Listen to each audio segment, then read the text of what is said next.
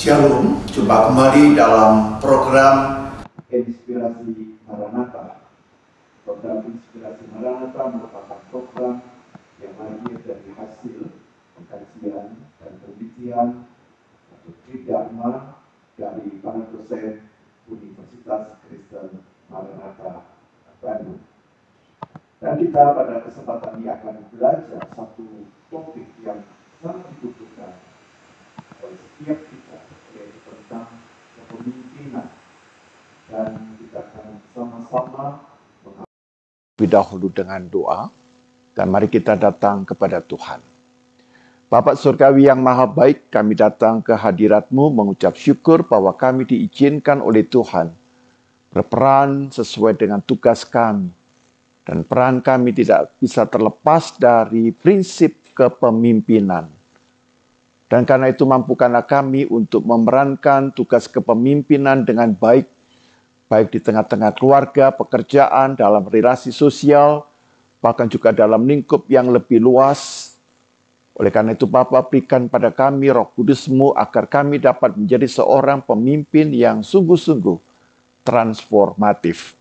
Kami serahkan percakapan kami di dalam kuasa-Mu. Kami berdoa dalam nama Tuhan Yesus Kristus. Amin. Para sahabat Maranatha dimanapun berada, pada kesempatan ini kita akan bersama-sama membahas tentang kepemimpinan yang transformatif di era digital. Dan kita akan dipandu oleh seorang dosen dari Universitas Kristen Maranatha Fakultas Bisnis, yaitu Ibu Imelda Junita. Dan mari kita perkenalan. Selamat datang Bu di Inspirasi Maranatha, dan Ibu sudah menjadi dosen yang mungkin relatif agak lama, tetapi mungkin Ibu mempunyai satu kisah sedikit yang boleh diperkenalkan kepada para sahabat Maranatha, dan untuk itu saya persilakan Ibu memperkenalkan diri. Silakan Bu Imelda Junita. Shalom Pak Pendeta Yohanes, shalom para sahabat Maranatha. Perkenalkan, saya adalah Imelda Junita. Pada saat ini saya merupakan dosen di program studi manajemen Fakultas Bisnis Universitas Kristen Maranatha. Nah, saya sebenarnya juga merupakan alumni di S1-nya itu dari jurusan manajemen Universitas Kristen Maranatha. Jadi bisa dikatakan sudah lebih dari separuh hidup saya itu berada di Maranatha, sehingga saya sudah menjadi keluarga besar dari Universitas Kristen Maranatha. Ya, Ibu mungkin boleh dikatakan bahwa Ibu dulu tahun berapa itu Bu menjadi dosennya? Ya, saya lulus tahun 99, kemudian di situ saya menjadi asisten dosen, dan setelah saya menyelesaikan program studi S2, maka saya menjadi dosen tetap di tahun 2002. 2002 ya, jadi ini Bu sudah 21 tahun. Betul. Ya, mari kita bersama-sama ingin belajar materi yang telah disiapkan oleh Ibu Imelda Junita. Kalau saya lihat tulisan ini dalam tulisan jurnal ya Bu ya. Betul. Dan Ibu boleh menyampaikan jurnal apa yang Ibu tuliskan sehingga materi ini dapat kita nikmati pada kesempatan ini? Ya, nah jadi karena saya di Fakultas Bisnis itu juga mengampu salah satu mata kuliahnya yaitu keterampilan antar pribadi dan kepemimpinan. Sehingga saya mengangkat tentang topik kepemimpinan untuk dituliskan di dalam jurnal. Dan tulisan ini telah dipublikasi di salah satu jurnal saat ini sudah terindeks Sinta 2 yang berjudul tentang Transformational Leadership in Digital Era. Nah, di mana saya menganalisis salah satu figur yang mungkin kita sudah kenal, yaitu sosok Bapak Nadiem Makarim. Oke, dan kita akan mengulas tentang masalah ini. Nah, Ibu, kalau saya membaca dari jurnal yang Ibu tulis, itu menyatakan bahwa kepemimpinan yang transformatif itu ditempatkan di dalam konteks era digital. Dan mungkin untuk memudahkan percakapan kita, alangkah baiknya kalau Ibu berkenan memperjelas dulu apa itu kepemimpinan yang transformatif dalam konteks digital itu. Kira-kira bagaimana Ibu? Silakan. Oke. Nah, para sahabat Inspirasi Maranatha, mungkin kita perlu mengenal dulu tentang apa sih sebetulnya era digital tersebut. Nah, jadi seperti yang kita ketahui bahwa zaman itu selalu berubah dan bisa dikatakan saat ini kita telah memasuki zaman yang kita sebut sebagai era digital. Nah, apa itu era digital? Yaitu suatu periode waktu di mana perkembangan teknologi digital, terutama teknologi komputer, internet, itu mempengaruhi banyak sekali kehidupan manusia. Nah, ini memberikan banyak dampak, baik dampak positif maupun dampak negatif. Nah, untuk dampak positifnya seperti yang kita rasakan, kita mungkin mudah sekali mengakses informasi, kita bisa mendapatkan informasi dari manapun, tinggal akses internet. Kemudian ini juga mempermudah komunikasi kita dengan siapapun. Ini berbeda dengan zaman saya ketika kuliah dulu, kalau saya mau berkomunikasi, maka saya harus menggunakan telepon untuk mencari seseorang dan belum tentu bisa langsung ketemu gitu ya. Dan kalaupun mau ketemu harus janjian dulu di satu tempat. Tapi sekarang dengan hanya memencet tombol handphone, kita langsung terhubung dengan orang tersebut. Nah, kemudian ini membuat kita juga semakin mudah untuk belajar. Jadi artinya kita belajar itu tidak hanya tergantung pada satu atau beberapa sumber saja, tetapi sumber yang kita bisa akses itu sangat luas. Dan sehingga kita juga bisa mengembangkan diri di era digital ini. Nah, tapi di sisi lain, era digital ini juga ada dampak negatifnya. Nah, beberapa dampak negatifnya adalah misalnya kita menjadi sangat tergantung pada dunia online. Mungkin kita bisa perhatikan fenomena yang umum kita temukan di berbagai tempat, orang berkumpul bersama-sama, tetapi hanya berkumpulnya saja bersama-sama, namun masing-masing sibuk dengan gadgetnya. Masing-masing. Mungkin terjadi dengan teman-teman atau barangkali dalam keluarga kita sendiri. Jadi ketergantungan kita dengan dunia online itu sangat besar. Nah, kemudian juga dampak lainnya terjadi penyalahgunaan teknologi digital, sehingga misalnya teknologi digital itu digunakan untuk menyebarkan informasi-informasi yang tidak tepat seperti hoax dan sebagainya, juga mengakibatkan berkurangnya peranan manusia. Jadi interaksi sosial dengan sesama kita menjadi berkurang. Dan kemudian juga kalau di dalam dunia bisnis atau dunia pekerjaan, banyak pekerjaan yang bisa tergantikan oleh teknologi. Sehingga peranan manusia itu semakin berkurang. Nah, jadi ada tantangan yang muncul di dalam era digital.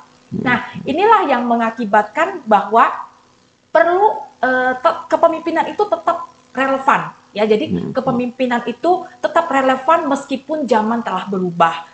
Kalau tadinya zaman konvensional, tradisional, dan sekarang berubah menjadi era digital, kepemimpinan tetap dibutuhkan, namun ada tantangan-tantangan baru yang harus bisa ditangani oleh seorang pemimpin. Nah, jadi di sini peranan kepemimpinan di era digital itu adalah bagaimana pemimpin itu bisa membantu masyarakat untuk beradaptasi, masyarakat bisa mengelola perubahan, kemudian mendorong inspirasi, juga membangun hubungan-hubungan kembali menjadi erat. Ya, Ibu, saya sangat tertarik karena Ibu juga mengutip pemikiran atau tulisan dari Maxwell, ya. Dan salah satu bentuk dari kepemimpinan yang efektif itu salah satunya adalah dia memiliki pengaruh, ya. Pemimpin yang sungguh-sungguh efektif kalau dia bisa memberikan influence gitu, ya, kepada orang-orang yang dipimpinnya. Nah, pertanyaannya adalah sejauh mana ya Bu ya pengaruh seorang pemimpin yang transformatif di era digital. Lalu tadi Ibu sebutkan ya ada bedanya juga dengan kepemimpinan di era yang tradisional gitu ya. Supaya kadang-kadang kita nih di era digital tapi kita bisa saja menerapkan kepemimpinan yang tradisional begitu ya. Nah, kita ingin lebih tahu jelasnya letak bedanya di mana influence di era kepemimpinan yang digital ini dan satunya yang tradisional ini. Tradisional juga punya pengaruh ya. Pengaruhnya tentunya juga tidak kalah, hanya mungkin Kalau dunia sekarang ini lebih apa ya, lebih cepat, lebih luas dan sebagainya. Silakan Ibu, bagaimana? Baik, Pak Pendeta. Nah, jadi seperti yang disampaikan oleh John C. Maxwell bahwa makna dari kepemimpinan yang sesungguhnya itu adalah pengaruh, tidak lebih, tidak kurang. Jadi kepemimpinan itu tidak berbicara tentang posisi, tentang jabatan, tetapi lebih kepada pengaruh. Nah, apa yang dimaksud dengan pengaruh? Jadi pengaruh itu mengacu pada bagaimana kemampuan seseorang untuk bisa menginspirasi orang lain untuk berpikir, bertindak, berperilaku seperti yang kita harapkan untuk mencapai tujuan tertentu.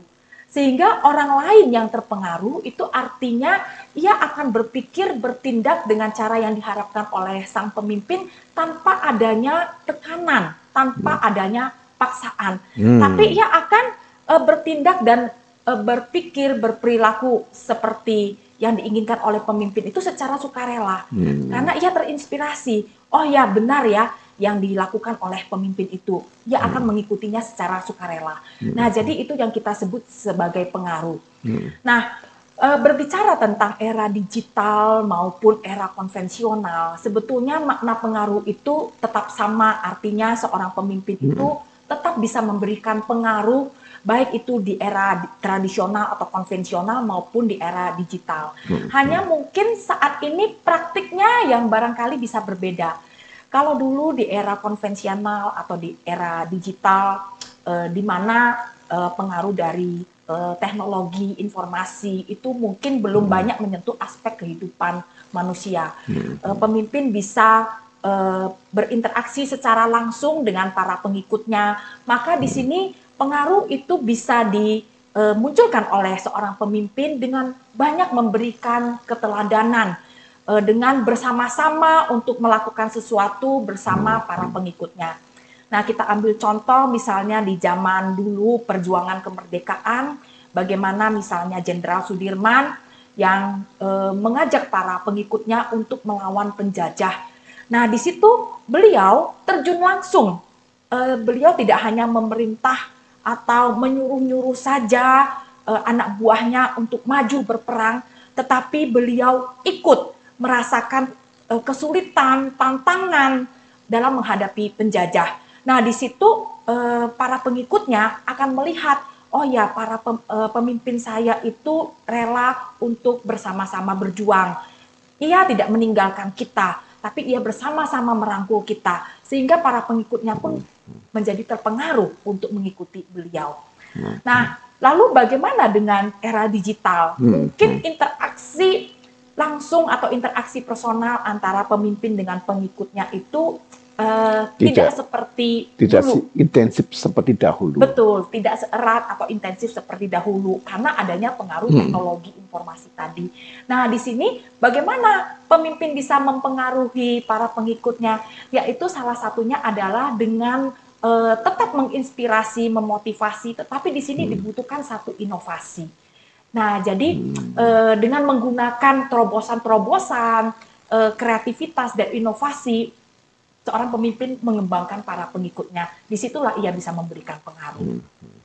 Jadi kalau saya lihat itu pembedanya itu pada kalau yang di konvensional atau tradisional itu bukan pada inovasi ya.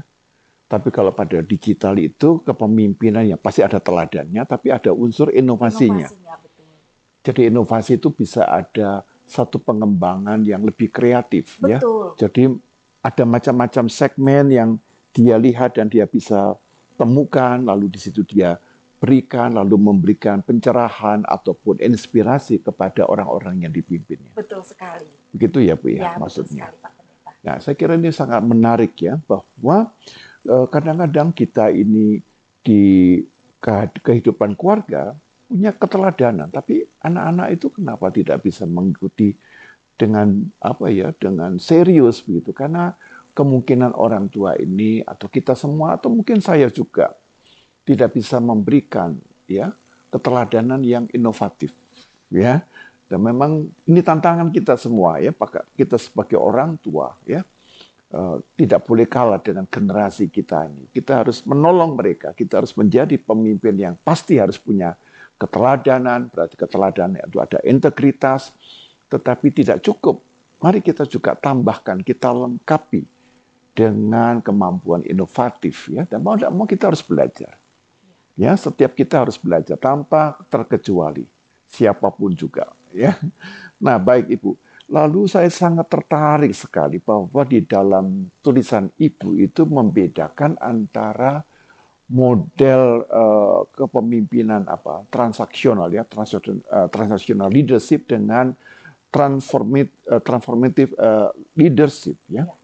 Nah, ini saya kira ada dua kata, yaitu transaksional dan transformatif ya. Nah, silakan Ibu, kita diperkaya dengan dua model ini. Bagaimana perbedaan dan kira-kira hubungannya? Ya, baik. Nah, jadi terdapat beberapa gaya kepemimpinan yang kita kenal itu adalah ada kepemimpinan transaksional dan transformasional. Nah, jadi kalau kepemimpinan transaksional itu berasal dari kata transaksi. Nah, mungkin yang bisa kita tangkap di sini, kalau kita mau melakukan suatu transaksi, apa sih yang akan kita tuntut? Jadi artinya, kalau saya mau melakukan transaksi, saya mungkin akan memberikan sesuatu, tapi tentu saya juga mengharapkan saya mendapatkan sesuatu. Jadi ada timbal balik. Saya nggak mau memberikan sesuatu kalau saya tidak mendapatkan keuntungan buat saya. Nah, itu yang terjadi dalam transaksi pada umumnya. Nah, demikian juga kepemimpinan transaksional. Di sini seseorang yang menerapkan gaya kepemimpinan transaksional kira-kira akan mempunyai pola pikir yang sama. Ketika ia memimpin, maka ia akan memikirkan, saya menuntut sesuatu, maka saya juga ingin mendapatkan sesuatu. Nah, sehingga di sini dalam kepemimpinan transaksional, cenderung seorang pemimpin itu akan menerapkan pemberian motivasi kepada para pengikutnya itu dengan adanya reward dan punishment. Dan sangat menekankan kepatuhan dari para pengikutnya. Ya, jadi biasanya ini kepemimpinan transaksional itu lebih mengandalkan kekuatan posisi atau jabatannya. Ada kekuasaan ya. Betul, karena ia mau menuntut supaya para pengikutnya bisa memberikan sesuatu kepada pemimpin. Nah, tetapi hal ini akan berbeda dengan kepemimpinan transformasional. Kalau transformasional itu berasal dari kata transformasi, seperti yang kita ketahui bahwa transformasi berarti adalah suatu proses perubahan. Perubahan, pembaruan. Betul, pembaharuan.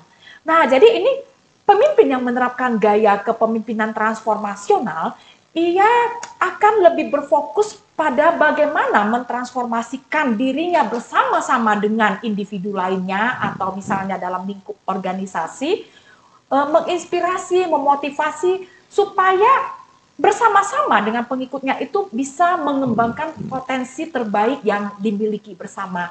Akibatnya pemimpin maupun para pengikutnya ini akan mengalami pertumbuhan bersama sehingga bisa mencapai tujuan yang diharapkan bersama. Nah, kira-kira itu perbedaan yang bisa kita tarik dari gaya kepemimpinan transaksional dan transformasional.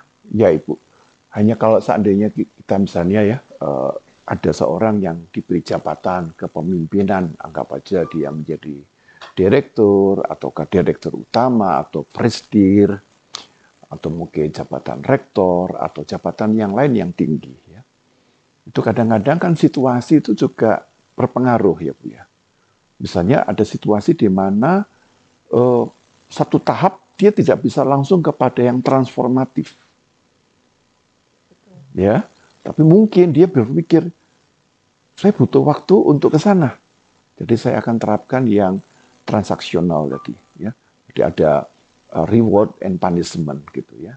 Kalau kamu dapat mencapai ini, perusahaan memberikan reward ya dengan nilai X begitu ya. Tapi kalau kamu melakukan hal-hal yang merugikan perusahaan, maka ada punishment Y bla bla bla begitu ya. Dan itu dia lakukan bukan lifetime ya. Tapi dia lakukan dalam satu periode gitu. Baru di sana dia mulai berproses pelan-pelan. Nah, reward ini tentunya penting, punishment penting, tapi yang lebih penting adalah proses kesadaran. Kita kenapa sih bekerja di tempat ini? Kenapa sih kita mencapai tingkat ini? Bukankah ini kadang-kadang proses yang juga harus ditempuh ya Bu ya? Tidak bisa kita katakan, kalau saya jadi pemimpin saya langsung transformatif leadership, misalnya begitu. Kadang-kadang mental dari komunitas itu juga berpengaruh ya.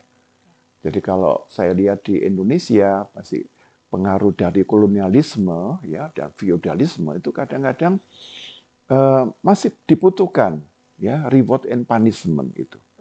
Ya. Jadi kalau kita beri pencerahan itu mereka tidak nyambung-nyambung ya. Ya bisa, tapi prosesnya itu mungkin sekedar knowledge, pengetahuan.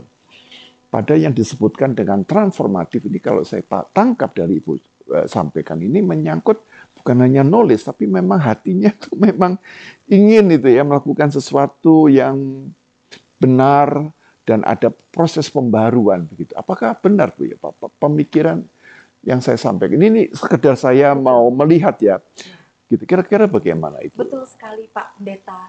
Jadi memang kepemimpinan itu sendiri adalah suatu proses. Jadi tidak bisa seseorang mendapatkan kepemimpinan begitu saja atau misalnya merupakan satu anugerah yang hanya orang-orang tertentu saja yang memiliki kepemimpinan sementara orang lain tidak. Tetapi artinya semua orang itu bisa menjadi sosok pemimpin karena melalui suatu proses. Nah, demikian juga untuk kepemimpinan transaksional ini. Jadi betul bahwa kepemimpinan transaksional ini bukan artinya tidak diterapkan sama sekali, karena dalam situasi-situasi tertentu memang tepat untuk menerapkan kepemimpinan transaksional. Jadi kita lihat misalnya katakanlah di dalam dunia militer gitu ya. Antara komandan dengan para prajuritnya itu lebih banyak mempraktekkan kepemimpinan transaksional. Nah, tetapi ada di satu masa yang mana kepemimpinan transformasional itu harus dikembangkan, tidak lagi hanya menggunakan kepemimpinan transaksional semata-mata, dan itu adalah suatu proses. Jadi saya setuju sekali Pak Pendeta bahwa kepemimpinan itu merupakan suatu proses. Ya, dan kadang-kadang itu bisa saling tumpang tindih dalam yang transformatif kadang-kadang juga dalam momen-momen tertentu diberikan reward, kan tetap ada ya kan? Ya, betul sekali. Ya, saya lihat misalnya di universitas, ya ada dosen-dosen yang mempunyai antusiasme untuk melakukan tridharma, penelitian, begitu ya. Tapi juga mereka didukung juga, ayo kalau bisa melakukan ini. Maksudnya Q1 misalnya gitu ya, atau Q2 lah begitu ya. Maka akan dapat reward. Ya. Kalau di Maranatha namanya EJM, seperti itu kan? Ya, betul. Ya. Tadi tetap ada gitu. Kadang-kadang tumpang tindih juga gitu. Ya, tapi spiritnya dalam seluruh proses ini bukan ke arah yang transaksional. Betul. Tapi pada penekanannya yang sungguh-sungguh mentransformasi. Ya, supaya bertumbuh betul bersama-sama itu ya. Nah, kita sudah mempunyai gambaran ya, satu model kepemimpinan yang sangat kita butuhkan, dan juga dalam keluarga pun juga sama. Kadang-kadang anak juga harus diiming-iming juga ya. Kalau kamu lulus nanti Papa ya akan berikan ini sebagai, tapi bukan itu poinnya. Ya. Kadang-kadang ada disiplin juga yang ada disiplin harus diterapkan gitu ya. Kadang-kadang juga ada punishment. Tapi intinya adalah mentransformasi, ya, supaya kamu bisa mandiri, kamu bisa lebih kreatif, ya, karena Papa dan Mama tidak selalu bisa ada di dunia ini. Nah, kalau Papa Mama sudah pergi, kamu sudah bisa melakukan sesuatu yang lebih besar dengan mandiri, ya, dengan lebih inovatif, dan begitu, ya. Dan ini saya kira untuk ke sana membutuhkan wisdom, ya, kebijaksanaan. Baik. Kita sudah belajar banyak di segmen 1 ini dan kita akan lanjutkan ke segmen yang berikutnya, segmen yang kedua.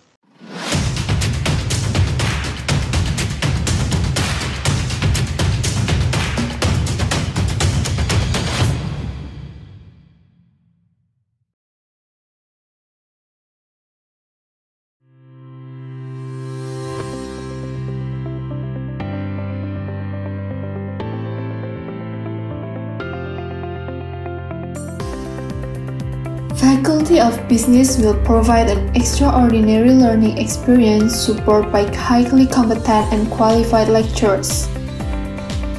Today, business is evolving rapidly. Therefore, an innovative way of doing business is needed. Individual with problem-solving skills, including analytical and creative thinking, is essential to face a range of challenges of growing a future business.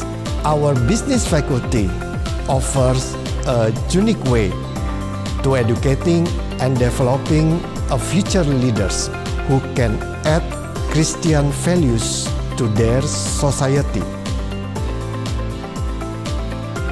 Equipped with advanced facilities that support you in the application of business knowledge. Flipped learning process is implemented by combining on-site and online learning to support effective learning methods.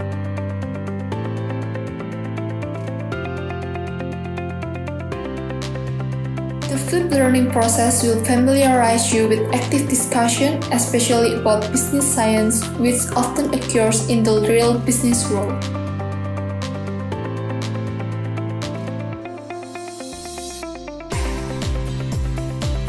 The Faculty of Business has outstanding alumni all around Indonesia and the world.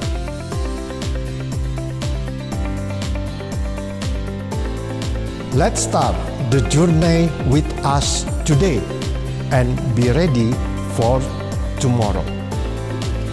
Hi, I'm Reza Rizandi, the alumni of Faculty of Business Maranatha. I'm working for Indonesia FSA or Otoritas Jasa Keuangan, and currently I'm taking the PhD program in the Alliance Manchester Business School, the University of Manchester in UK. I'm very proud to be part of the Faculty of Business family. The school has an excellent learning system, good reputation, a bunch of facilities to support learning activities, and of course a high quality lecturer. The program also have an updated curriculum that appropriates for our professional needs and also career development. So overall, the knowledge that I got from the school is beneficial to support my professional career and also my academic path. And I believe that the Faculty of Business Maranatha will always produce a high quality graduates every year. Thank you.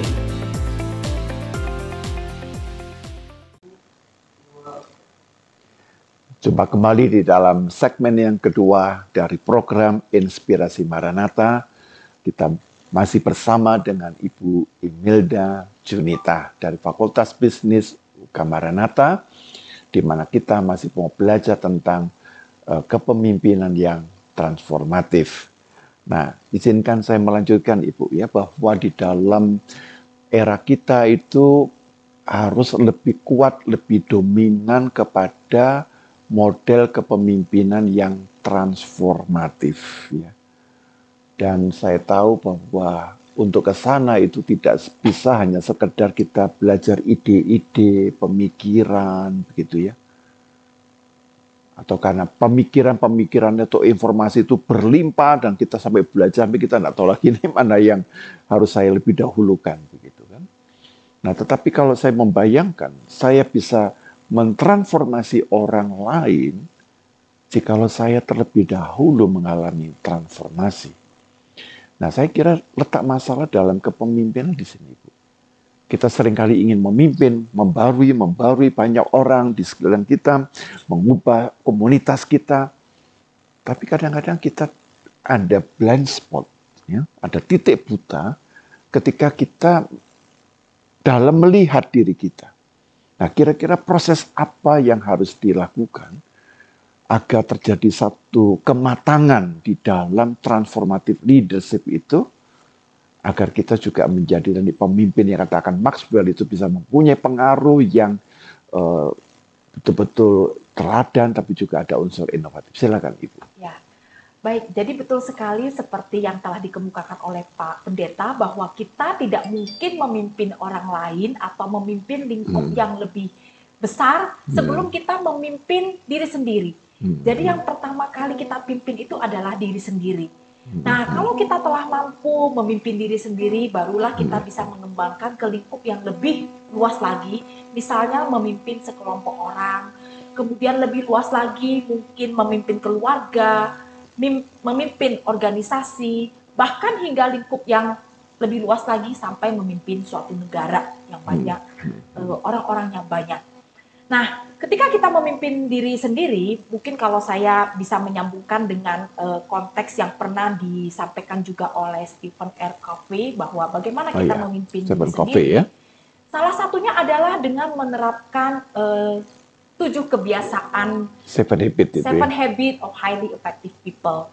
Nah, di situ Stephen R. Covey menampilkan kebiasaan-kebiasaan yang kita terapkan untuk memimpin diri sendiri terlebih dahulu. Jadi di situ ada 3 kebiasaan, yaitu bersikap proaktif, kemudian kita harus mempunyai tujuan, dan juga harus mengetahui prioritas. Nah, itu merupakan 3 kebiasaan dasar untuk bisa mencapai kemenangan pribadi. Nah, ketika kita mencapai kemenangan pribadi, itu artinya kita sudah bisa mengelola diri kita sendiri. Nah, setelah itu barulah kita bisa mengembangkan lingkup kepemimpinan kita ke arah yang lebih luas, yaitu memimpin orang lain. Nah, jadi intinya adalah mulailah dari diri sendiri terlebih dahulu, baru setelah itu kita bisa memimpin orang lain. Demikian juga ketika seorang pemimpin mau memimpin transformasional, maka sebelum mengubah orang lain, tentu pemimpin ini harus memulai untuk memimpin lingkup dirinya sendiri terlebih dahulu. Iya. Dan ini sesuatu yang sangat logis, ya, sangat realistik, ya, bahwa kadang-kadang orang itu ingin segera memimpin orang banyak, ya, dan dia tidak terlalu sadar bahwa proses kepemimpinan, pematangan kepada dirinya itu belum terbentuk, ya. Dan ini yang kadang-kadang saya khawatir sekali dengan kepemimpinan menjelang pemilu 2024 nanti, begitu ya. Yaitu banyak orang ingin menampilkan dirinya, tetapi kalau saya lihat ada problem-problem yang akan muncul kemudian, yaitu salah satunya misalnya dia pernah terlibat dalam pelanggaran HAM, tetapi tidak pernah terselesaikan. Itu kan namanya hutang yang belum beres, ya. Nanti akan terbuka pada waktu dia menjadi pemimpin. Lalu yang kedua ada yang pemimpin yang masih terlalu hijau, ya, yang karena pengaruh dari orang tuanya atau dari jabatan dari orang tuanya dia naik, gitu. Nah, ini sangat membahayakan kalau orang-orang seperti ini langsung dia bisa naik, ya, atau mungkin dia menjadi pemimpin karena dia itu sangat populer, karena dia bisa memberikan janji-janji yang manis, ya. Lalu dia dekati kelompok-kelompok yang sebenarnya kita tahu itu sangat intoleran. Maka bisa bayangkan Ibu ke depan, ya, pemimpin-pemimpin seperti ini membahayakan, ya, satu negara besar seperti Indonesia. Dan disitulah kita baru menyadari bahwa ke depan proses kepemimpinan itu harus lebih terbentuk sehingga setiap orang itu bisa transformatif. Ya, setiap orang, baru kemudian kita bisa menghasilkan pemimpin-pemimpin yang berkualitas. Nah, Ibu kalau boleh saya lanjutkan, yaitu bahwa untuk mencapai satu kepemimpinan yang transformatif itu, kalau menurut catatan Ibu itu membutuhkan 4 komponen, ya Bu, ya. Ada 4 komponen, yaitu karisma, ya, lalu ada inspirational motivation, dan intellectual stimulation, dan personal attention, ya. Nah, saya kira ini sangat menarik. Saya senang sekali dengan 4 komponen ini. Mungkin kita juga para sahabat dari Maranatha ingin tahu apa itu 4 komponen dari karisma, inspirational motivation, intellectual stimulation, dan personal attention. Silakan Ibu. Ya, di dalam artikel yang saya tulis mengenai kepemimpinan transformasional ini, saya menjabarkan juga dari berbagai referensi, yaitu apa saja sih komponen yang harus muncul di dalam kepemimpinan transformasional. Nah, jadi terdapat 4 komponen seperti yang tadi sudah disebutkan oleh Pak Pendeta. Yang pertama adalah karisma. Nah, yang dimaksud dengan karisma ini mungkin orang banyak salah kaprah. mempercayai bahwa karisma itu adalah semacam anugerah yang dimiliki oleh seseorang. Jadi dari tampilannya atau mungkin dari karena ia adalah orang yang terkenal sehingga membuat orang-orang yang ada di sekitarnya menjadi segan begitu. Jadi sebetulnya bukan itu karisma itu. Jadi seseorang itu dikatakan berkarisma itu karena orang itu bisa dihormati atau dipercayai oleh orang lain bukan karena sekedar penampilannya atau misalnya popularitasnya, tapi lebih karena orang melihat sosok pemimpin tersebut telah menjalankan tugasnya dengan baik. Misalnya ia memiliki integritas. Juga misalnya ia telah mempraktikkan tindakan dan perilaku-perilaku yang sesuai dengan etika dan moral yang tinggi. Nah, sehingga itu yang membuat orang lain merasa, wah dia adalah sosok yang cocok untuk bisa dipercaya. Sehingga kalau ia memimpin, maka saya mau mengikuti sosok tersebut. Nah, jadi itu yang kita maksud sebagai karisma, komponen yang pertama. Nah, kemudian komponen yang kedua itu adalah motivasi yang menginspirasi. Nah, yang dimaksud dengan motivasi yang menginspirasi ini adalah bagaimana kemampuan pemimpin untuk mendorong para pengikutnya itu dengan perilaku yang memotivasi mereka. Jadi artinya para pengikut itu bisa menerima ide, keyakinan dari pemimpin ini bukan karena adanya ancaman, adanya paksaan. Kalau kamu nggak melakukan ini, maka ini hukumannya. Tetapi lebih karena mereka terinspirasi akibat motivasi yang terus-menerus diberikan oleh sang pemimpin. Nah, kemudian komponen yang ketiga itu adalah stimulasi intelektual. Jadi ini adalah kemampuan pemimpin untuk mendorong pengikutnya menjadi kreatif dan inovatif. Jadi artinya mereka itu didorong untuk bisa menciptakan ide-ide baru yang kreatif menyelesaikan masalah-masalah yang ada. Jadi tidak hanya terjebak pada status quo atau misalnya ketika menghadapi kesulitan, masalah, kemudian mereka hanya bisa mengeluh, hanya bisa komplain.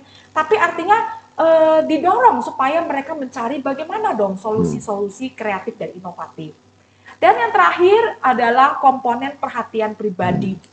Nah, jadi artinya pemimpin ini harus memberikan perhatian pribadi kepada para pengikutnya yang ini merupakan satu aspek yang cukup penting di dalam kepemimpinan transformasional, sehingga dengan memahami apa yang menjadi kebutuhan para pengikutnya, kelebihan dan kelemahan para pengikutnya, maka pemimpin bisa meningkatkan kinerja mereka sehingga mereka mengalami suatu perubahan.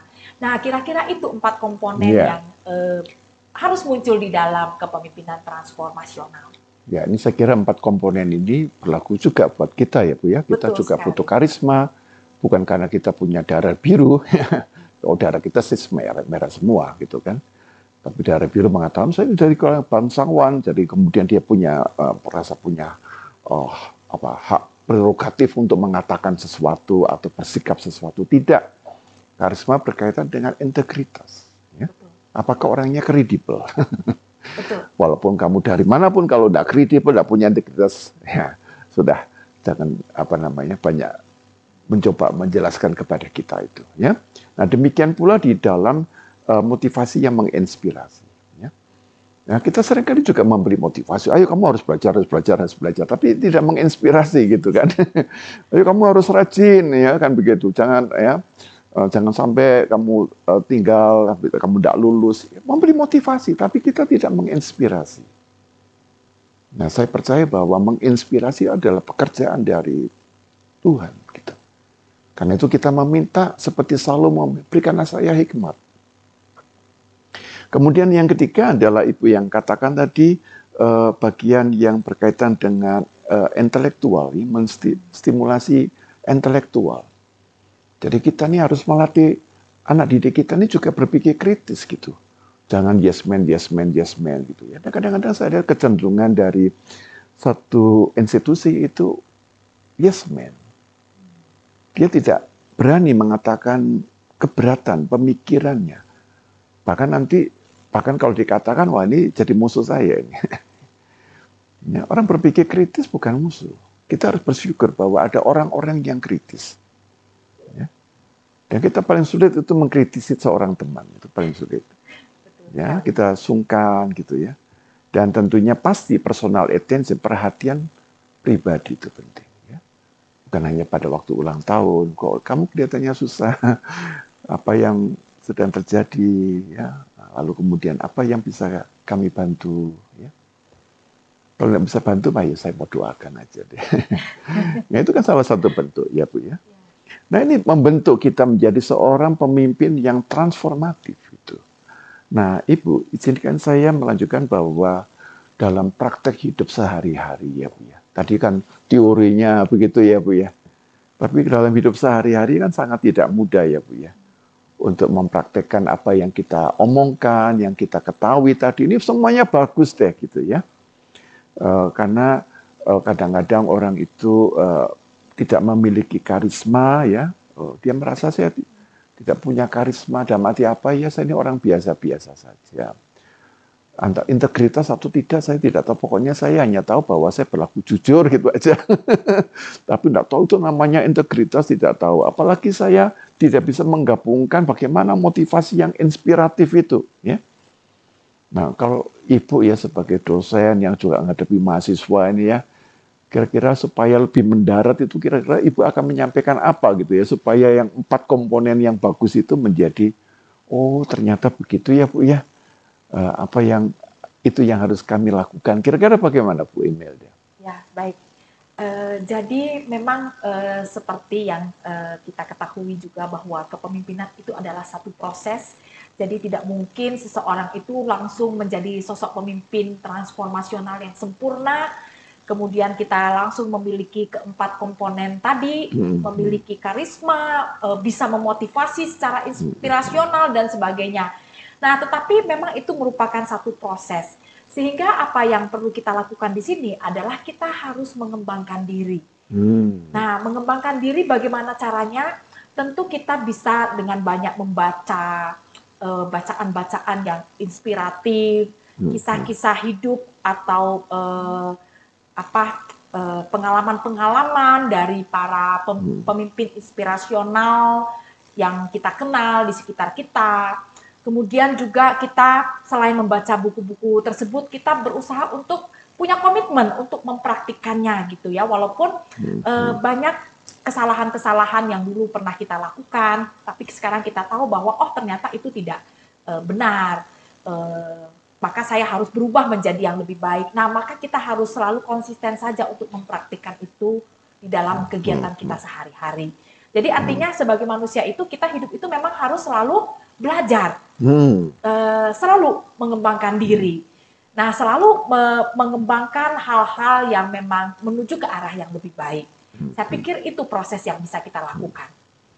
Ini saya kira kita ingin yang praktis, yang konkret gitu ya. Kita boleh belajar tentang teori, tapi sebenarnya seperti yang katakan Bu Imelda, kita bisa mempraktekkan mulai dari hal-hal yang paling sederhana. Setia pada perkara-perkara yang kecil. Dan itu Tuhan Yesus berkata, kalau kamu setia dalam perkara-perkara yang kecil, maka kepadamu akan diberikan tanggung jawab yang lebih besar gitu ya.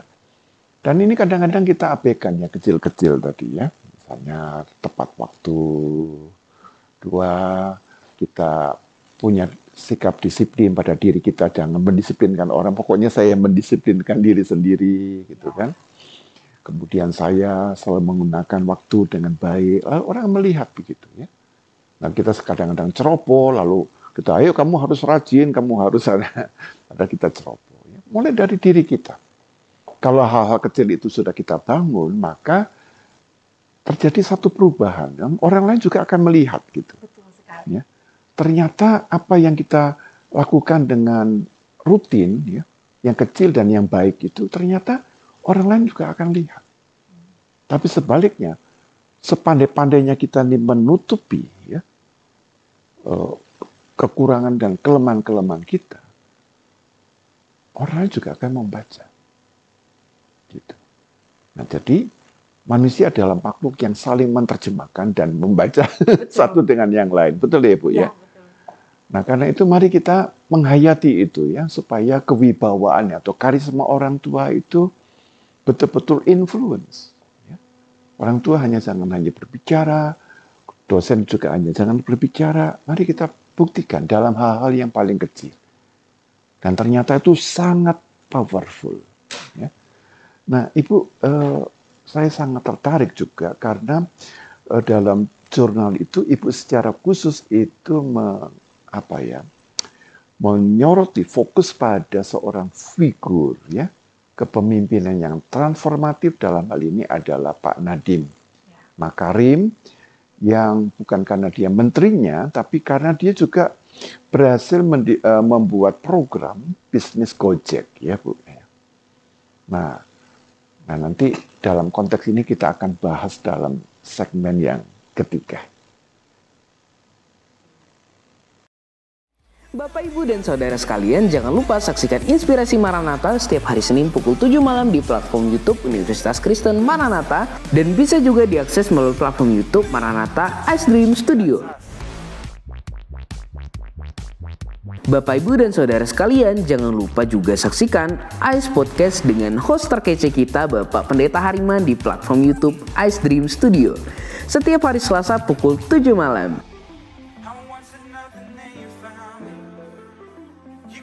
Teman-teman mahasiswa, Bapak, Ibu, dan rekan-rekan, mari kita sama-sama merenungkan firman Tuhan setiap harinya, dan renungan dapat disaksikan di Instagram BPK Maranatha dan platform YouTube Maranatha Ice Dream Studio. Untuk teman-teman mahasiswa, rekan-rekan, saudara, dan Bapak Ibu yang rindu melayani Bapak, Ibu, dan Saudara dapat mendaftarkan diri melalui nomor WhatsApp yang tertera di layar. Kami mengucapkan selamat ulang tahun untuk Bapak, Ibu, dan Saudara yang berulang tahun di bulan ini ataupun di minggu ini.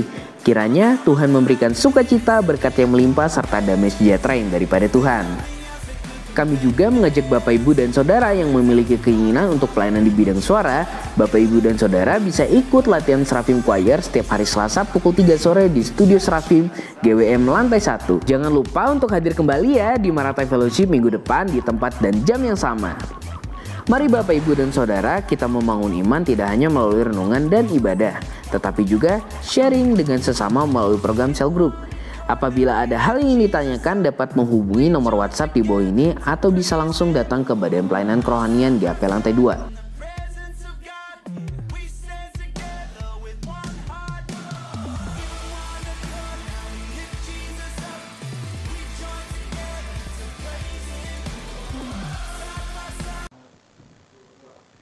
Ya, kita akan kembali dalam program Inspirasi Maranatha segmen yang ketiga bersama dengan narasumber kita, Ibu Imelda Junita.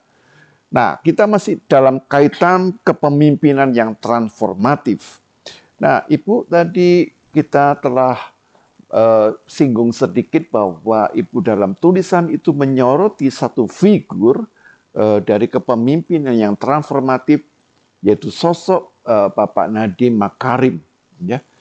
Nah, pertanyaan saya adalah apakah pemilihan Ibu terhadap Pak Nadiem Makarim ini Ibu nilai sebagai sosok yang dapat atau sudah ya memenuhi 4 komponen ini sehingga ya dia dapat disebut sebagai pemimpin yang transformatif. Ya, tentunya Ibu mempunyai alasan yang cukup kuat. Silakan mungkin Ibu bisa share kepada kami sekalian. Ya, baik. Ya, Pak Pendeta dan para sahabat Inspirasi Maranatha. Jadi dalam artikel yang saya tulis, saya memang menyoroti salah satu tokoh yaitu Bapak Nadiem Makarim untuk dianalisis bagaimana tokoh tersebut menampilkan gaya kepemimpinan transformasionalnya. Nah, dalam hal ini memang saya menggunakan satu pendekatan yaitu menganalisis dari berbagai sumber media yang membahas tentang Nadiem Makarim dan juga hasil wawancaranya dengan media yang ada di luar negeri, kemudian apa saja yang ia kemukakan, ia lakukan khususnya ketika ia memulai Gojek Indonesia gitu.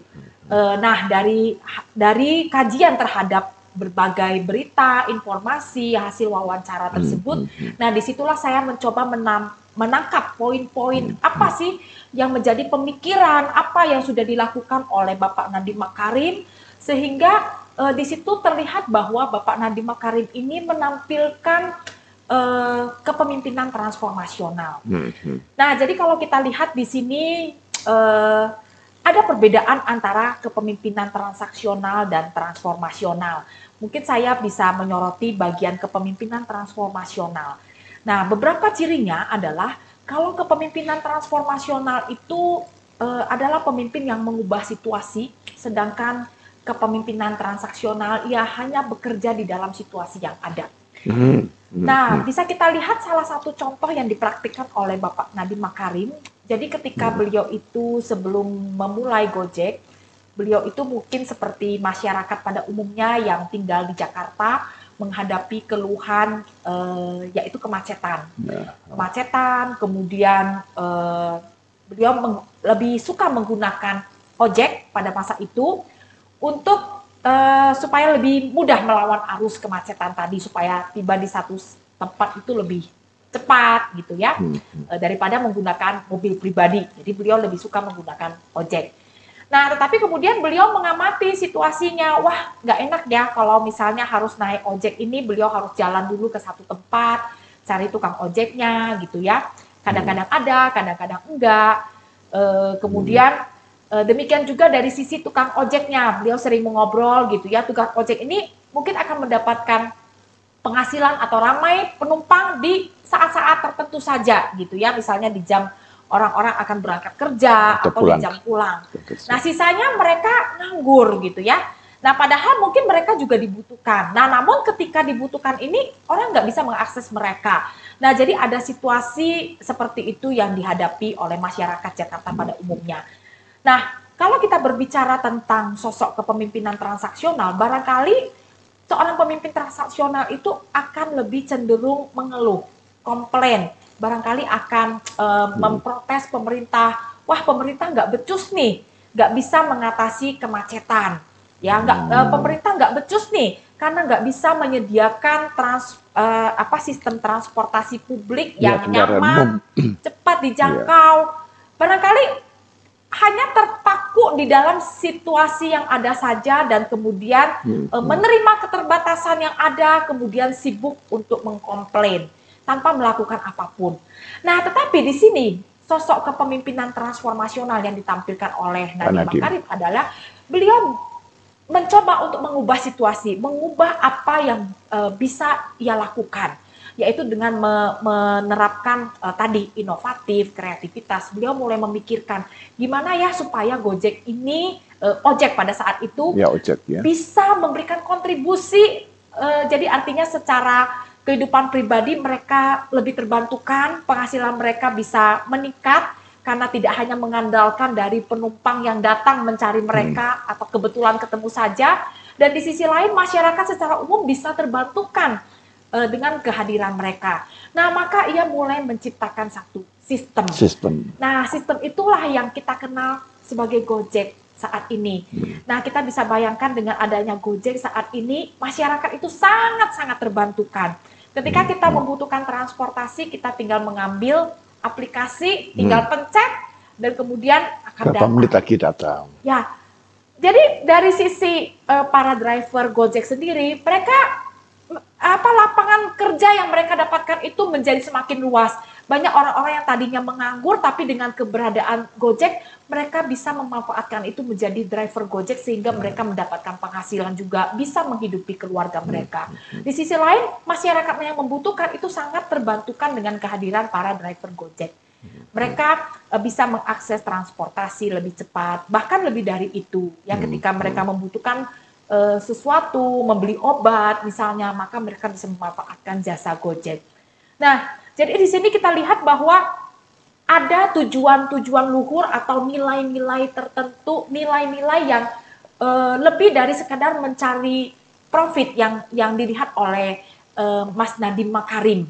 Karena ia tidak hanya memikirkan mendirikan satu usaha apa ya yang bisa mendapatkan laba yang besar, tetapi dimulai dari tujuan-tujuan luhur, yaitu membantu orang banyak, membantu driver orang-orang mendapatkan pekerjaan, yaitu driver Gojek ini, dan membantu masyarakat itu mendapat satu kemudahan. Jadi beliau ini memulai dari berbicara dari nilai-nilai luhur. Nah, kemudian di sini dalam kepemimpinan transformasional itu seorang pemimpin tidak hanya mengandalkan kekuasaan posisinya. Jadi seperti yang kita ketahui ketika Nadiem Makarim itu memulai meluncurkan Gojek, beliau pada saat itu bukan siapa-siapa. Beliau belum menjadi seorang menteri pendidikan. Banyak orang yang belum kenal, ya, apalagi kita tahu beberapa tahun yang lalu Gojek itu sempat dilarang oleh pemerintah karena pemerintah bilang ini belum ada aturan resminya. Muncul protes dari ojek-ojek konvensional gitu ya. Jadi orang nggak tahu siapa Nadiem Makarim gitu ya. Dia menciptakan Gojek, belum ada aturannya, pemerintah sempat melarang. Tapi sampai akhirnya keesokan harinya Presiden Jokowi mengatakan bahwa kalau ini dibutuhkan masyarakat, kenapa tidak? Nah, akhirnya aturan itu dicabut kembali. Yang tadinya dilarang, tapi akhirnya diperbolehkan, dan sekarang itu malah sudah menjadi satu transportasi publik berbasis aplikasi yang umum digunakan di negara kita, bahkan sudah merambah ke luar negeri. Nah, jadi pada saat itu ketika Mas Nadiem Makarim ini mulai mempelopori Gojek, beliau itu tidak mengandalkan kekuasaan posisinya, karena beliau tidak punya jabatan apa-apa pada saat itu, melainkan beliau mengandalkan kekuasaan personalnya. Nah, jadi dari karakteristik yang sudah ditampilkan oleh Mas Nadiem Makarim, maka kita bisa melihat bahwa Nadiem Makarim itu sudah menampilkan kepemimpinan transformasional. Ya, luar biasa ya apa yang Ibu sampaikan ya ulasannya. Jadi sangat menarik ya, Pak Nadiem itu tidak punya modal untuk membelikan motor semua. Tidak ada. Dia tidak punya modal, memberi modal. Ya, motornya bukan dari dia, ya kendaraan dari yang sopirnya ini, ya drivernya ini begitu. Dan yang kedua, dia memikirkan bagaimana supaya mereka ini masyarakat itu dapat lebih cepat, efisien begitu. Ya. Tapi pada sisi yang lain, pendapatan dari supir Gojek ini juga ditentukan oleh kerajinan mereka. Bisa saja kan ditutup, Bu ya, ini saya capek, saya kan juga bisa, Bu ya, saya tanggapi juga bisa kan. Tapi dia di sini dituntut supaya kamu juga lebih menyesuaikan dengan kemampuan kamu. Ya. Dan saya menarik beda dengan taksi ya, Bu ya. Taksi kan juga pesan ya, Bu ya. Jadi kalau kita butuh taksi kan zaman dulu ya kan, sampai sekarang kan juga telepon ke operator biasanya. Operator kan gitu kan. Ini tidak telepon tapi pakai aplikasi. Nah sekarang taksi pun juga pakai aplikasi. Lalu kira-kira bedanya di mana itu? Kalau saya tangkap bedanya, kalau taksi itu pemiliknya, perusahaannya memiliki modal, kamu harus punya modal besar. Modal besar membelikan mobil. Ya kan? Dan itu lebih terbatas jumlahnya. Dan terbatas begitu. Tapi kalau ini, siapapun yang punya motor, asal dia punya SIM, ya kan harus ada SIM ya kan, dan mau pakai ketentuan yang berlaku, kamu sudah menjadi driver Gojek, dan sekarang juga ada namanya Grab gitu ya. Betul. Nah sekarang jadi lebih luas. Seakan-akan hidup kita sehari-hari tidak bisa lepas dari mereka sekarang. Begitu. Nah ini contoh bahwa ada hasil satu kepemimpinan yang transformatif tanpa harus mengeluarkan modal besar atau uang yang dalam jumlah yang nanti ada kerugian, risiko kecelakaan dan sebagainya. Itu semuanya sudah diminimalisir gitu ya. Nah, ini sangat menarik. Ibu, kalau saya melihat bahwa sosok dari Pak Nadiem ini dalam kepemimpinan yang transformatif. Jadi dia punya ide-ide yang bisa dimasukkan ke dalam sistem, ya, lalu pola kerja, kemudian relasi, lalu dia meningkatkan pemberdayaan sumber daya manusia, tapi juga ada unsur kepercayaan loh. Kalau masyarakat tidak percaya pun juga tidak akan menggunakan, ya. Dan juga ada kepedulian kepada tim atau orang yang bekerja. Nah, kalau belajar dari sini, Ibu, bagaimana nih kalau kita terapkan di dalam satu institusi yang kolegial, Ibu. Kalau Makarim kan tunggal begitu kan, tapi ini kolegialnya bagaimana ini? Ya. Ini tentunya ada satu model pendekatan lain. Silakan Ibu. Ya. Nah, jadi terdapat institusi yang mana para anggotanya itu mempunyai hubungan yang kolegial. Jadi bukan hubungan hierarkis yang sangat kaku antara atasan dan bawahan, tapi bersifat kolegial.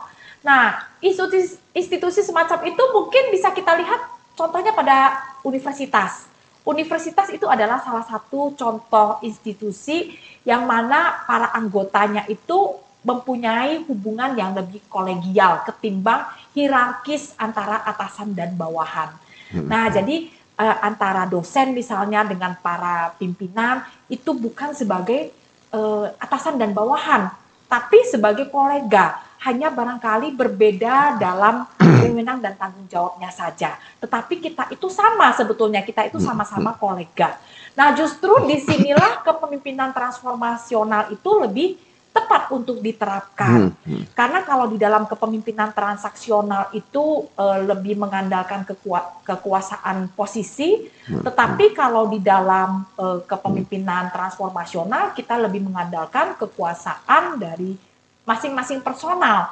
Nah, sehingga ketika kita mau menerapkan kepemimpinan transformasional di dalam institusi yang bersifat kolegial, maka beberapa hal yang harus kita lakukan misalnya adalah kita bersama-sama dengan para kolega kita itu yang bukan merupakan atasan atau bawahan kita itu sama-sama diberdayakan sebagai anggota tim. Sama-sama bisa kita rangkul supaya mereka itu berpartisipasi untuk terlibat, untuk membangun organisasi secara bersama-sama. Jadi kita bisa merangkul para rekan-rekan kita untuk mengembangkan diri, dan pada akhirnya kita mengembangkan organisasi sehingga pada akhirnya kita mencapai visi bersama. Nah, sehingga misalnya kalau dalam universitas itu dosen yang sudah memiliki jenjang jabatan akademik yang cukup tinggi, misalnya seorang guru besar, itu bisa merangkul rekan-rekannya yang masih junior, supaya juga punya kesempatan diberi masukan-masukan, misalnya bagaimana sih supaya bisa menulis jurnal atau mempublikasikan jurnal, sehingga pada akhirnya mereka juga bisa berkembang. Nah, jadi artinya di sini memang kita perlu memberdayakan rekan-rekan sesama kita. Ya, ini saya kira prinsip dasar yang harus dipatuhi ya.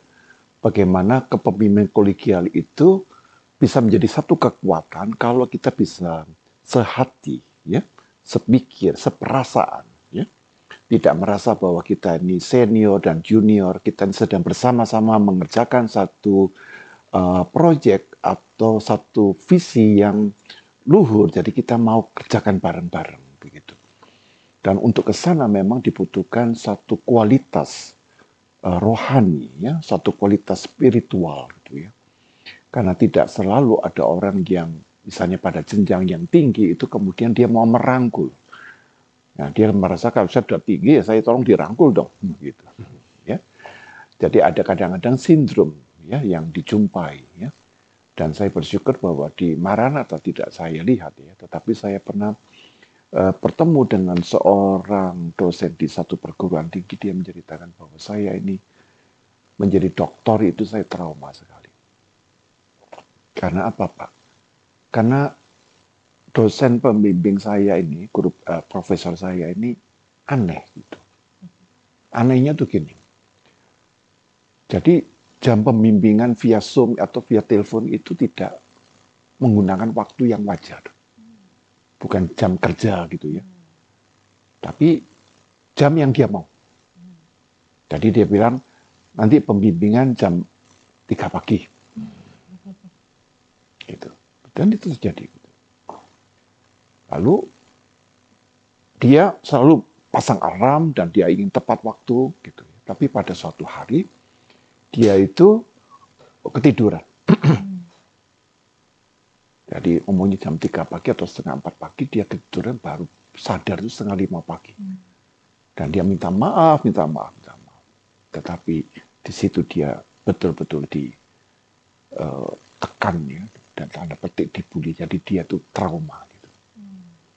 Trauma itu lalu berpengaruh Bu pada setelah dia menjadi dokter. Nggak bisa tidur. Jadi selalu kaget-kaget mimpi dan sebagainya. Ya ini kadang-kadang kita harus aware juga gitu teman-teman ya, bahwa harusnya universitas itu tidak begitu ya. Tapi kadang-kadang ada oknum-oknum yang sakit gitu ya. Jadi kita jangan segan mengatakan bahwa walaupun dia profesor, tapi kalau perilakunya seperti ini orang sakit dan akan menimbulkan korban. Dan yang sakit ini kalau nanti ya, saya khawatir ya dia jadi guru besar nanti ya sama diteruskan begitu ya. Nah ini ya teman-teman, bahwa untuk mewujudkan satu kepemimpinan yang transformatif itu kembali kepada diri sendiri dulu. Nah tampaknya dia bersikap demikian, jangan-jangan dulu profesornya mengajar dia seperti itu. Begitu kan? Jadi seperti terus diwariskan ya, dilanjutkan kepada generasi berikutnya begitu. Nah, maka kita dalam untuk proses membarui diri ini kita kadang-kadang sadar bahwa saya tidak bisa membarui diri sendiri saja dengan kekuatan saya.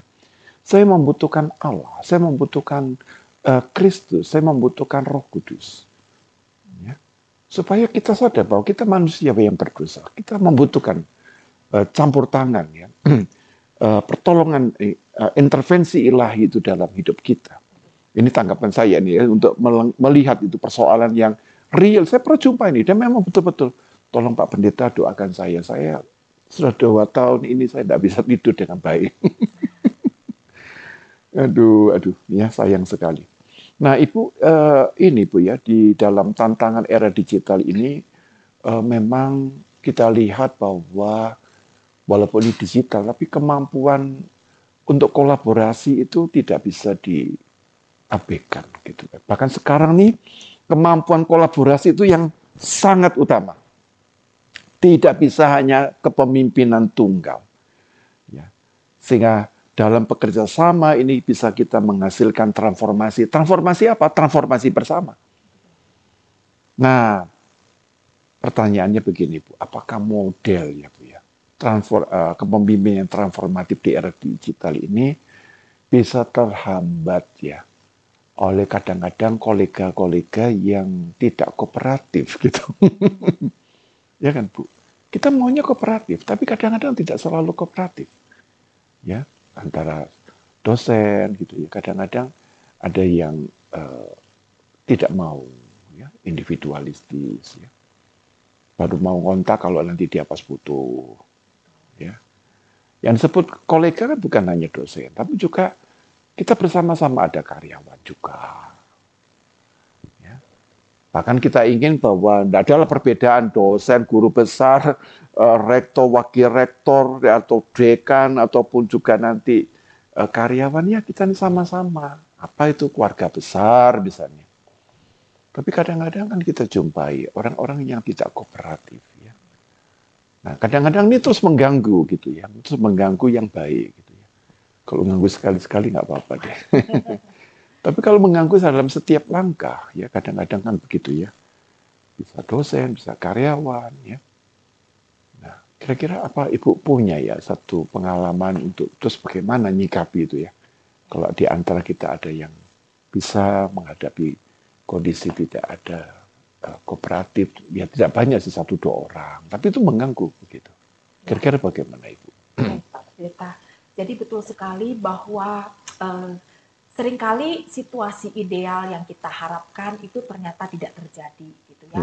Misalnya di dalam satu institusi yang bersifat kolegial, kita mengharapkan kalau semua orang-orang yang ada dalam institusi itu bisa bekerja sama, bisa kita rangkul dalam suatu tim, kemudian mereka menampilkan sikap-sikap yang positif, maka betapa idealnya, betapa mudahnya kita untuk menerapkan kepemimpinan transformasional. Tapi seperti yang tadi Pak Pendeta katakan, dan ini adalah nyata gitu ya, memang ada mungkin oknum-oknum tertentu gitu ya, sosok-sosok tertentu yang sulit diajak untuk bekerja sama gitu ya, atau bahkan menampilkan perilaku-perilaku yang tidak sesuai dengan nilai-nilai yang dianut oleh institusi tersebut. Nah, ini merupakan tanggung jawab kita bersama tentunya, mulai dari pimpinan maupun para rekan-rekan di sekitarnya.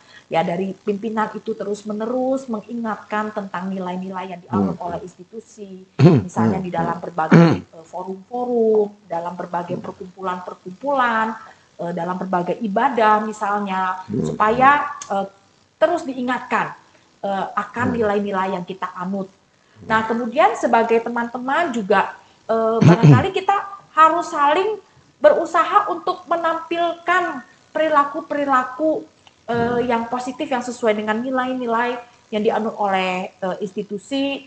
Kemudian kita juga selalu konsisten menampilkan karakteristik kepemimpinan transformasional, sehingga lama-kelamaan oknum-oknum tersebut barangkali kita harapkan dia bisa sadar gitu ya, bisa melakukan perbaikan diri, karena kita percaya bahwa setiap manusia itu juga bisa berubah ke arah yang lebih baik. Jadi harapannya ia terpengaruh, kemudian bisa menampilkan sikap dan perilaku yang lebih baik. Nah, tapi di satu sisi juga saya juga pernah membaca satu teori bahwa orang-orang yang perilakunya ini tidak sejalan dengan perilaku orang-orang lain di dalam kelompoknya, itu lama-lama nanti dia akan mundur sendiri kalau dia melihat bahwa, wah, saya nggak bisa mengikuti nih, kelompok saya itu mempunyai atau mempraktikkan perilaku-perilaku yang luar biasa, yang transformasional. Sehingga ketika ia merasa, wah, saya kayaknya nggak bisa, lama-lama ia akan mundur sendiri. Nah, jadi saya pikir itu yang bisa kita terapkan. Kita bisa mengupayakan gitu ya. Namun kalau tidak berhasil, ya mau bagaimana lagi ya. Tetapi mungkin ada upaya yang bisa kita lakukan. Ya, saya kira jawaban itu sangat tepat sekali ya, bahwa kita semuanya ada latar belakang masing-masing ya. Dan kalau saya lihat kadang-kadang orang seperti ini adalah mereka butuh perhatian khusus, Ibu. Ya. Saya tidak lebih cenderung untuk menyingkirkan, tetapi bikin kejutan gitu. Kita surprise datang ke rumahnya. Ya. Tadi personal attention tadi, Ibu. Ya, personal attention. Jadi kita langsung datang gitu ya, memberikan perhatian, kepedulian gitu ya. Oh, dia merasa, oh, saya ternyata diterima gitu ya, saya merasa dihargai juga gitu. Atau kemudian pas ada ulang tahun, lalu teman-teman sejawatnya menyambut ya, walaupun dia sempat mengesalkan, menjengkel, tapi bisa disambut dengan baik ya. Nah, itu mungkin sedikit banyak menolong dia bahwa ternyata teman-teman itu baik gitu ya. Walaupun saya seringkali bikin kesal mereka itu, tapi ternyata ya kok baik gitu. Ya. Saya teringat pada kisah di dalam Alkitab itu domba yang hilang. Nah, mungkin teman-teman seperti ini ada domba yang hilang yang harus dicari supaya ia kembali. Ya. Nah, itulah semangat atau spirit dari iman Kristen begitu ya. Bahwa Tuhan Yesus datang itu bukan untuk mencari yang sehat. Aku datang untuk yang sakit, untuk yang terhilang. Dan sejujurnya kita semua juga orang-orang yang terhilang, begitu ya. Kita bukan orang-orang sempurna, tapi kita yang tidak sempurna disempurnakan oleh Tuhan sehingga kita dapat mengalami sebuah transformasi. Nah, Ibu, untuk mengakhiri percakapan kita, silakan Ibu menyampaikan satu closing statement. Oke, baik Pak Pendeta dan para sahabat Inspirasi Maranatha. Mungkin sebagai closing statement saya ambil dari salah satu ayat yang ada di Alkitab, yaitu di Filipi 2:3-4 yang menyatakan bahwa janganlah ada seorang pun yang melakukan sesuatu dengan sikap batin yang kikir atau kesombongan. Tetapi hendaklah dalam rendah hati seorang menganggap yang lain lebih utama daripada dirinya sendiri. Setiap orang hendaklah tidak hanya memperhatikan kepentingannya sendiri, tetapi juga kepentingan orang lain. Nah, jadi ayat ini mengajarkan tentang pentingnya rendah hati, kepemimpinan pelayanan, dan perhatian terhadap kepentingan orang lain. Inilah yang menjadi prinsip-prinsip yang mendasari satu kepemimpinan transformatif yang bisa kita terapkan di dalam kehidupan sehari-hari. Ya, terima kasih banyak kepada Ibu Imelda Junita, dan kita doakan dan kita dukung agar Ibu Imelda Junita ke depan makin banyak karya-karya ilmiah, hasil-hasil penelitian yang boleh di-share kepada kita. Dan kepada setiap kita, biarkan kita boleh belajar dan berproses menjadi pemimpin yang transformatif, dan kita membuka hati kita agar Tuhan memproses kita juga dengan kuasanya, dengan Roh Kudusnya, dan tentunya dengan kasih-Nya. Tuhan memberkati, dan izinkan saya mengakhirinya dengan doa.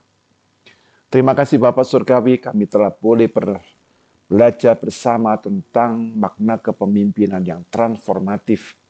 Berkati percakapan kami, dan Tuhan menolong kami agar kami memiliki pengaruh yang betul-betul positif dan konstruktif di dalam lingkup kami masing-masing, baik dalam keluarga, pekerjaan, atau relasi sosial kami, bahkan juga di dalam kehidupan jemaat, kehidupan gereja Tuhan.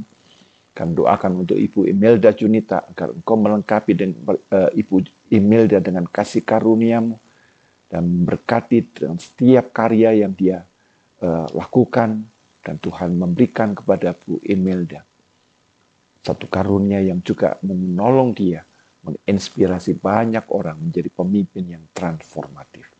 Demikian Tuhan doa kami serahkan di dalam kuasa-Mu. Kami berdoa dalam nama yang kudus, nama yang menyelamatkan, nama Tuhan kami, Yesus Kristus. Amin.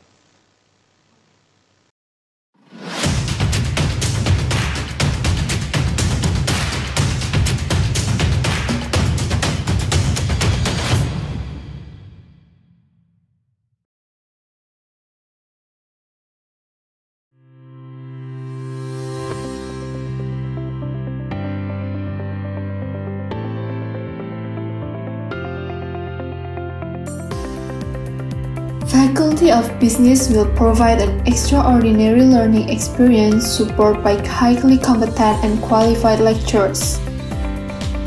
Today, business is evolving rapidly. Therefore, an innovative way of doing business is needed. Individuals with problem-solving skills, including analytical and creative thinking, is essential to face a range of challenges of growing a future business. Our business faculty offers a unique way to educating and developing a future leaders who can add Christian values to their society. Equipped with advanced facilities that support you in the application of business knowledge.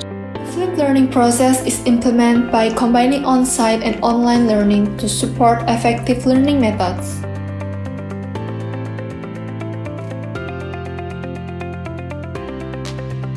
The flipped learning process will familiarize you with active discussion, especially about business science, which often occurs in the real business world.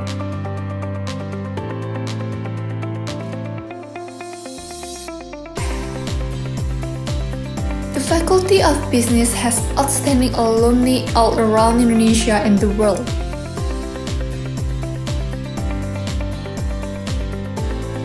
Let's start the journey with us today and be ready for tomorrow. Hi, I'm Reza Sanji, the alumni of Faculty of Business Maranatha. I'm working for Indonesia FSA or Otoritas Jasa Keuangan, and currently I'm taking the PhD program in the Alliance Manchester Business School, the University of Manchester in UK. I'm very proud to be part of the Faculty of Business family. The school has an excellent learning system, good reputation, a bunch of facilities to support learning activities, and of course a high quality lecturer. The program also have an updated curriculum that appropriates for our professional needs and also career development. So overall, the knowledge that I got from the school is beneficial to support my professional career and also my academic path. And I believe that the Faculty of Business Maranatha will always produce a high quality graduates every year. Thank you.